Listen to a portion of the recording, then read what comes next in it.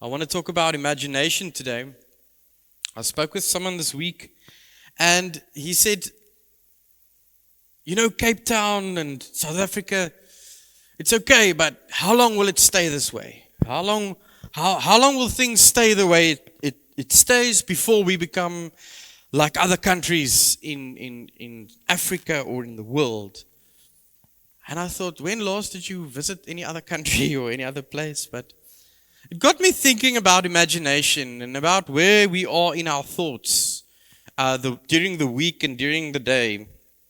And waar dink ons? Waar dink ons die hele tyd? Aan wat word ons herinner?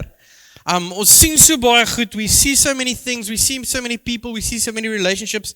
And what is going in our minds? What is going on? What are we imagining? Because I want to ask you, what amount of imagination is positive? I want to ask you, how much of your imagination do you see further than the problems and the existing troublesome or roadblocks or obstacles?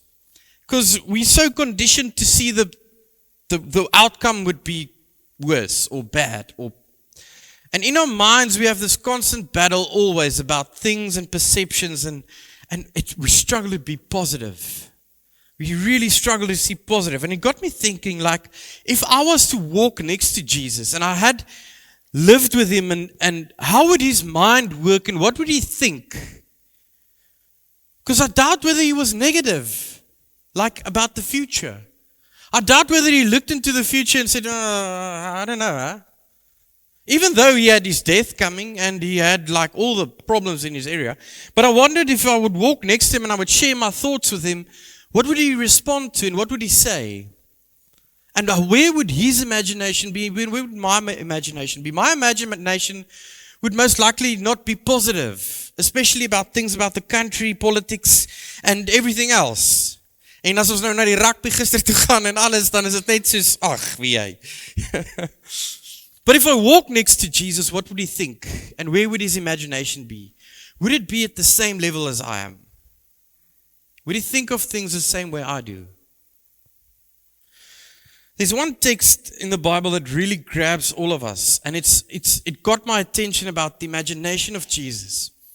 And this was in a setting where it was like at the worst time of his life. He was busy dying. It's the best place to have the worst imagination on your deathbed. Huh? As jy besig is om dood te gaan, dit is die slegste plek om te wees. It's the worst place to be. Where would your mind be? Fear, anxiety. So on this, we read Jesus is hanging on the cross. He's busy dying. There's two people dying next to him. How's the future looking? Where's the future? Where's imagination? What is he looking into? He's staring into death. Now there's two criminals hanging beside him. Now it's beautiful. It's what happened, but it's also representative of the two ways. The two ways, and Jesus is the middle way, the truth, the light, the John version. So you get the two opposites, one following him and one doesn't. But both are guilty, and so both hanging next to him. And one says, "Aren't you the Messiah? Don't you have hope for us, Jesus? Here we are now dying. Do you see the future? Do you see what's happening? We're hanging. No one can take us off. Except if you have some form of godly power, you can take us off. Save us. And save yourself, Soma, so that we can see, so that we can have the imagination to see that this is not the end. There's more. There's more." But the one criminal on the one side said, "Don't you fear God," he said. "Since you are under the same sentence, we are punished justly." Nou daai gedagtes het ons ook, nee. It's going bad, it's our punishment. It's the punishment for the things we do. So we have to think critically and we have to think negatively because we don't do things correctly always. En dis is sonde en dit is ons straf. We are punished justly, for we are getting what our deeds deserve. But this man has done nothing wrong. Then he said, ek verstaan hoekom ek hier hang, maar Jesus, where we are now, remember me when you come into the kingdom. Wow, he's dying. All hope is gone. And Jesus answers him. Now this is so beautiful. He answers him, he says, truly, waarlik, waarlik. Let me give you the facts. I tell you, today, you will be with me in paradise. Today. Huh? Today you will be with me in paradise. Where is he supposed to go? He's going to death. Where's his imagination? Where does he see himself going to? To paradise. Huh? It's so beautiful. So why paradise? Why when you're hanging on a cross, why would you think of paradise? Because they live in a world where the Jews were and where they understood and they had the idea of paradise, of a garden. So why would he tell this guy, we're going into the garden, we're going into paradise? Die paradisos is the same word as, it's a Greek and Hebrew word referring to garden. Nou ek wil nie noodwendig as ek doodgaan na die tuin toe gaan nie, want dis waar my ouma altyd gewerk het en ek wou nooit saam gewerk het in die tuin nie. So ek like hierdie tuin nie, dis nie vir my, ek sal eerder na wildsplaas toe gaan, so iets, maar hy sê, you're going into the garden.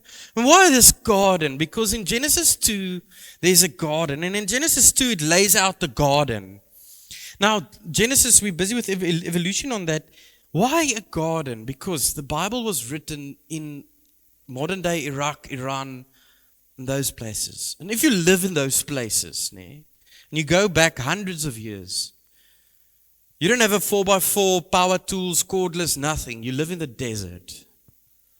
What is the best place to be in a desert? Best place in a desert is a garden. Because it's the exact opposite of a desert.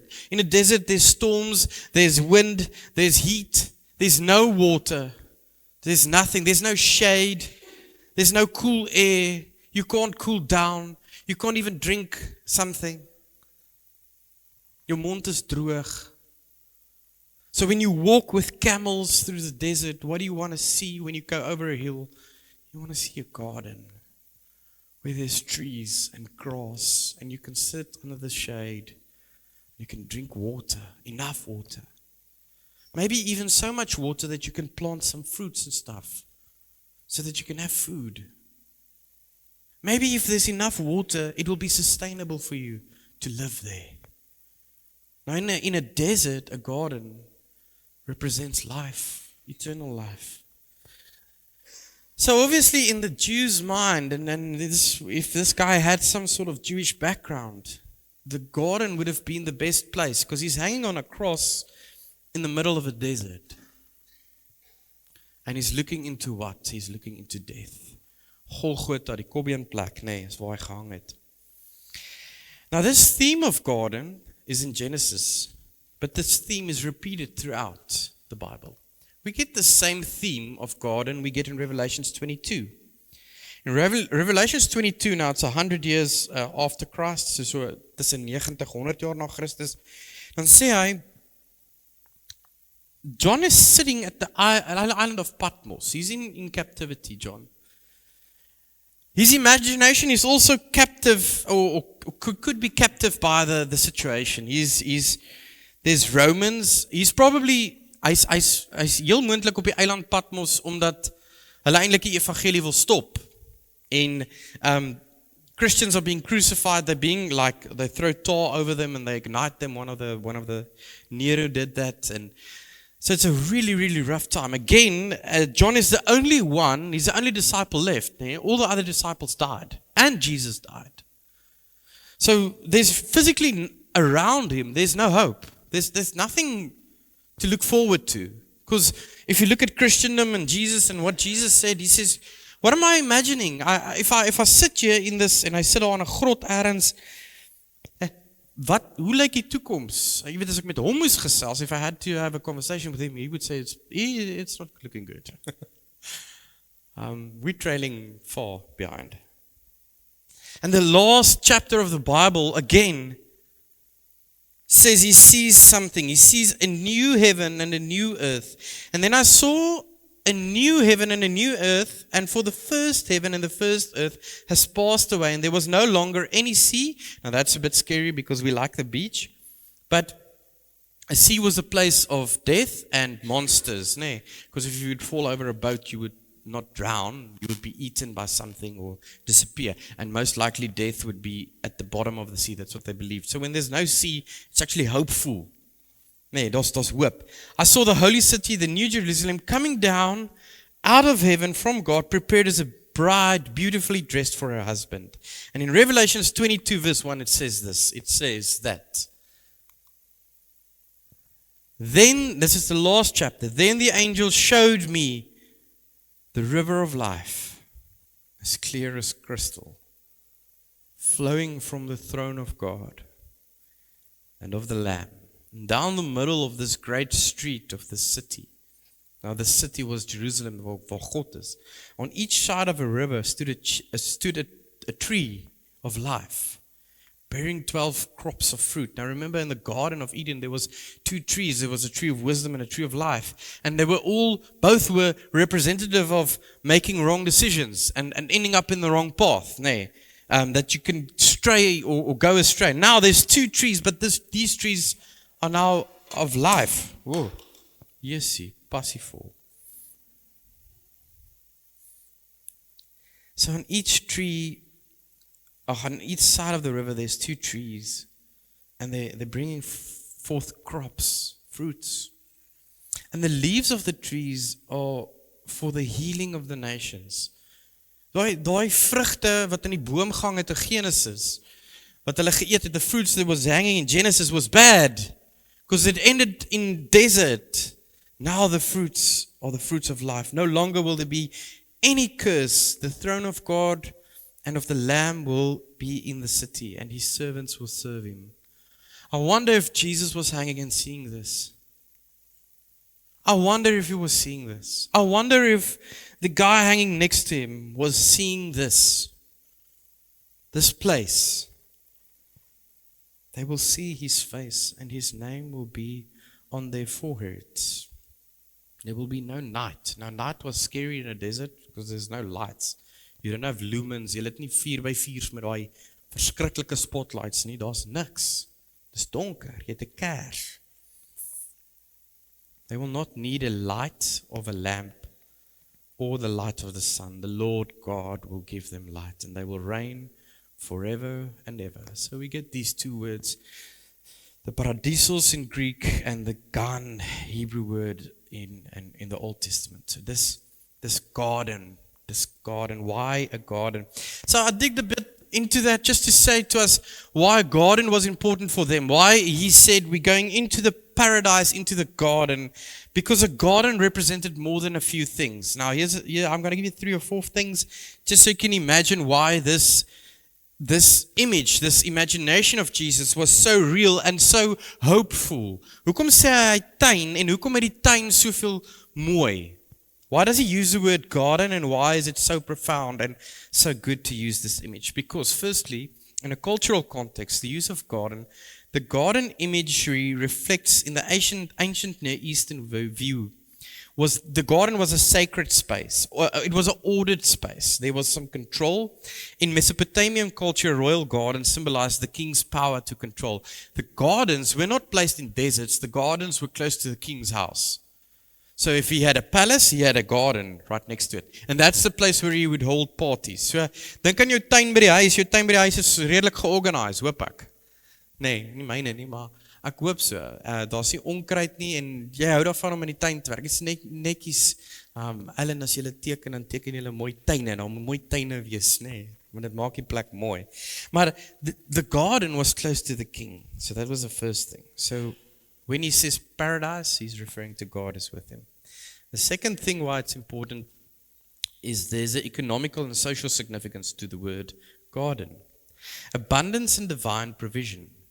In an agrarian society, depending on the unpredictable rainfall and fertile land, the gardens, trees, pleasing to the eye and good for food. So that's why Egypt flourished, because the rainfall was sustainable. They could plant. So a garden makes sense. As jy boer, in jou hele lewe, if you farm, your whole being depends on what? On rain and the fall of rain. And when the rainfall is unpredictable, it is terrible. But when rainfall is predictable, it is sustainable and there's hope, because there's a rhythm. Now, when you're in a garden and there's a river, like the Euphrates or the Tigris, it's sustainable, there's hope. So jy word voorsien, fisies, emosioneel, sielkundig, ekonomies, alles. It was a sacred space for community. The garden reflects the ancient Near Eastern world, a temple garden tradition where deities were believed to dwell. Eden's tree of life and the river evoke God's intimate presence. So when he says that paradise, today you will be with me in paradise, it's not just a garden that you'll be okay with and survive and it'll be lekker, but it will also be the place where you will not be alone. Because the garden was the place where God used to dwell with Adam and Eve. So wanneer hy sê, vandag sal jy saam met my in die paradijs wees, dan sê hy, jy gaan vandag, gaan jy saam met my na 'n plek toe waar jy nie alleen gaan nie. Dit is contrasterend, nee? You're hanging on a cross, so you're dying alone, and Jesus is saying, you're not dying alone, you're walking with me into paradise, where I am with you and you are with me forever. Not alone, forever. It had some honor and shame dynamics in a culture where honor and shame was tied. Eden's lush imagery elevates Israel's theological status, portraying humanity as God's image bearers. So we are the ones who are supposed to imagine gardens and plant gardens in deserts. And when he says, today you will enter into paradise, it's not far, it's here. Jesus' imagination was in the garden in death, as he's entering into the holy city by God.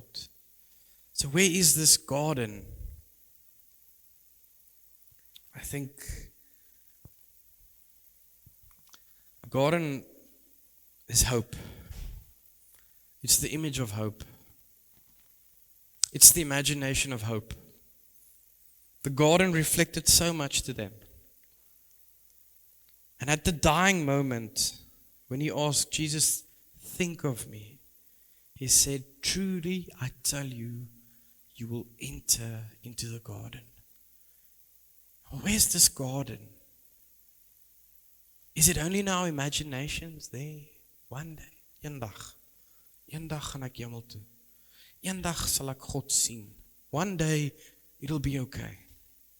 One day, all this trouble of the earth will be gone. One day. And when that day comes, I will say, Jesus, think of me that day. But sometimes, I'm here now. And my question is, what are we doing here now with our imagination? Are we saying, one day I will think of the garden, and one day I will be in the garden? In the Bible, people got in touch with God where they were.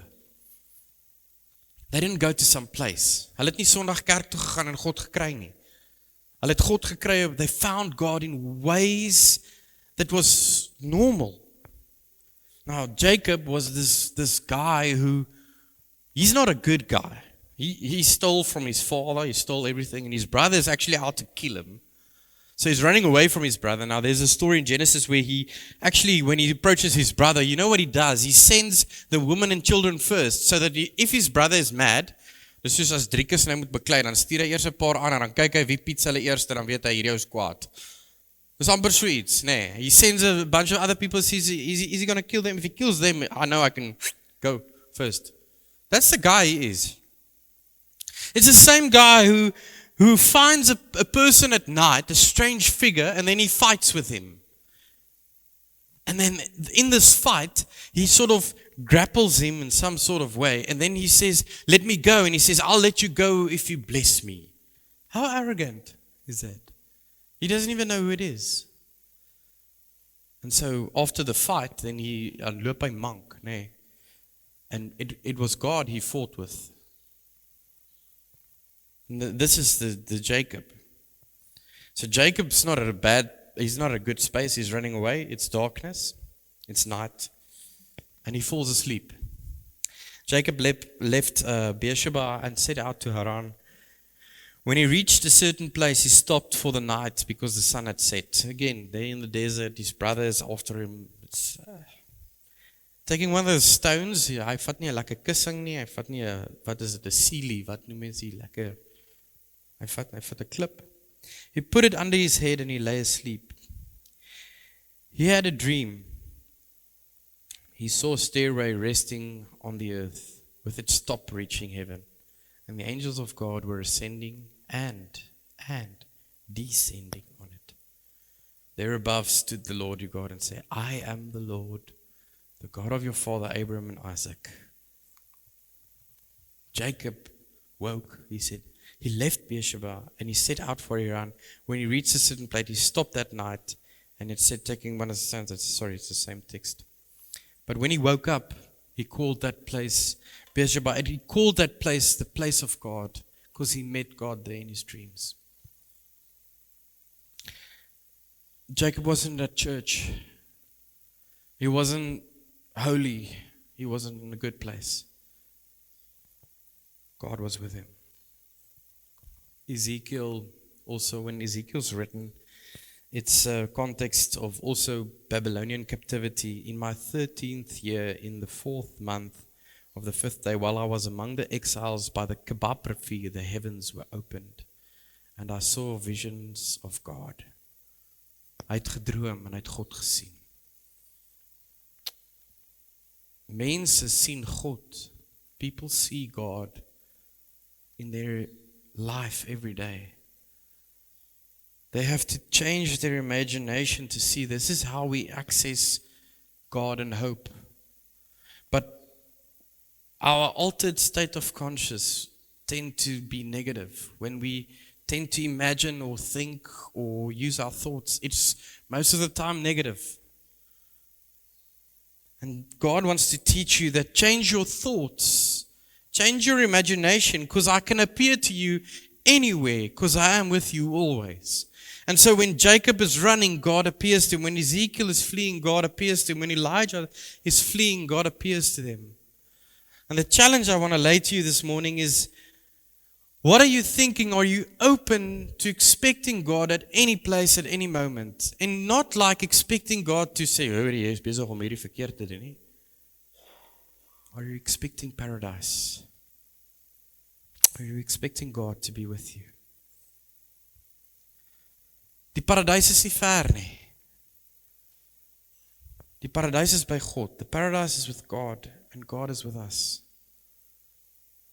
And it's just a reach for. It's just, if we can just access it with our thoughts and start by thinking differently. You know, two of the disciples actually experienced this. About 8 days after Jesus said, he took Peter, John, and James, the 3 disciples, and he went up to the mountain, the same sort of thing that happened with Moses. As he was praying, the appearance of his face changed. Why would Jesus go up the mountain? Because he knows God is not far away. And as he's praying, he accesses paradise. He accesses God. He sees and he gets in touch with God. And when he gets in touch with God, Moses and Elijah, obviously the prophets and the law, appears in glorious splendor. So they see paradise. They see God is now with them. God is met ons, Emmanuel. Peter and his companions were very sleepy. But when they came fully awake, they saw the glory of the 2 men standing by them.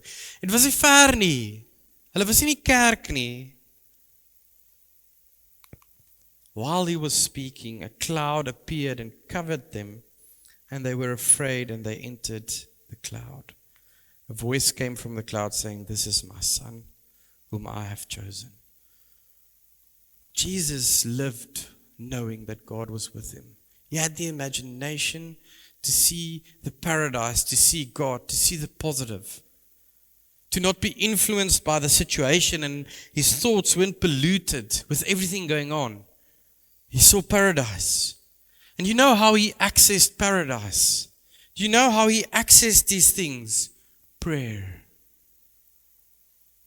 Prayer is the access. It unlocks the imagination. Gebed.